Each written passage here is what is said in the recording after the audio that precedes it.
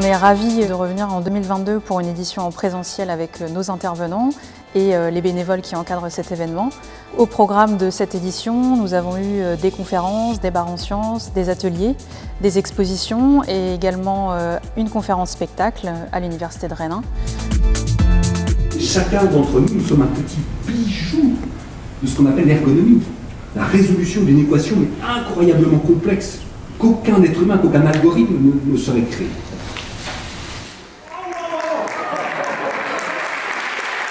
Donc un ensemble d'événements visant à favoriser la rencontre entre le grand public, les chercheurs et les scientifiques et les médecins, visant vraiment à faire connaître la recherche sur le cerveau qui se déroule à Rennes.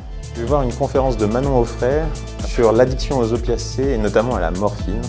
Et je pense que ça sera intéressant.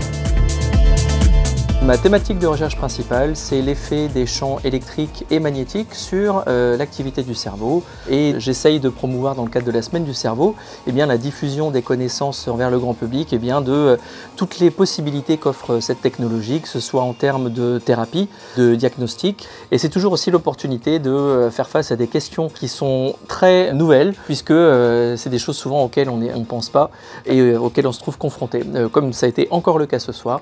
Et donc ce genre d'exercice qui fait partie de nos missions de diffusion du savoir, c'est toujours très enrichissant et c'est pour ça que l'année prochaine je serai encore au rendez-vous de la Semaine du cerveau. Alors c'est la Semaine du cerveau, mais la présentation ce soir était plutôt sur l'aspect intestin-cerveau. C'est finalement un sujet qui s'adapte bien à la maladie de Parkinson, puisque on pense que c'est la maladie un peu prototype d'atteinte du tube digestif et du cerveau. Ce que je trouve particulièrement intéressant, c'est comme finalement le topo qu'on a pu faire ce soir, c'est que ça s'adresse à un public très large.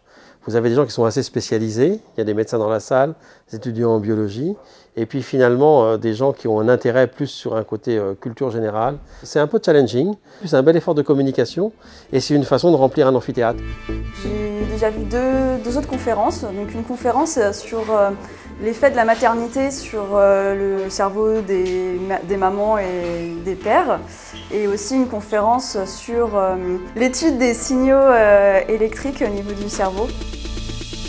Et on est venu présenter ce soir au grand public les métiers de la recherche en neuroimagerie et ce qu'on fait comme étude sur le cerveau grâce à la neuroimagerie, grâce à Neurinfo et les chercheurs de l'équipe MPEN. C'est surtout de venir rencontrer le grand public et du coup de se faire aussi un peu plaisir en parlant, en vulgarisant nos sujets, en essayant de mettre des mots un peu plus simples aussi pour, par exemple, en discuter avec notre famille, nos amis, etc. L'objectif, c'est de diffuser les connaissances, de faire comprendre un petit peu ce que c'est que le traitement d'image, à quoi ça peut servir aussi et montrer que ça a des utilités à des fins cliniques.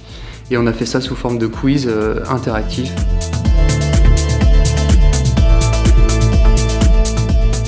Sur le cerveau nous concerne tous, de façon personnelle ou professionnelle, et souvent personnelle et familiale d'ailleurs. Et donc il nous paraît extrêmement important de permettre d'accéder à cette information, de pouvoir poser des questions, de pouvoir aussi se faire sa propre idée de ce qu'est la recherche en laboratoire en allant les visiter, et puis de diffuser les informations les plus à la pointe qu'on peut avoir à l'heure actuelle. Les thématiques abordées au cours des différents événements évoluent aussi en fonction de la situation et puis de l'avancée des recherches. Il est probable que l'année prochaine on puisse aborder aussi la thématique des effets du Covid sur le cerveau. Nous avons aussi abordé des thématiques sur l'histoire des neurosciences parce que c'est aussi en lien avec certains événements qui ont lieu à Rennes. Et puis les équipes rennaises sont à la pointe de certains axes de recherche, notamment la maladie de Parkinson ou la sclérose en plaques. Et c'est vrai que c'est aussi l'occasion pour nous de partager ces avancées avec le grand public. Cette année, il y a eu le lancement d'un fonds de dotation qui s'appelle le Fonds Neurocitoyen pour que les personnes puissent contribuer à l'organisation de la Semaine du cerveau au travers de dons pour permettre que cette manifestation se pérennise et qu'on continue à aller à la rencontre du grand public.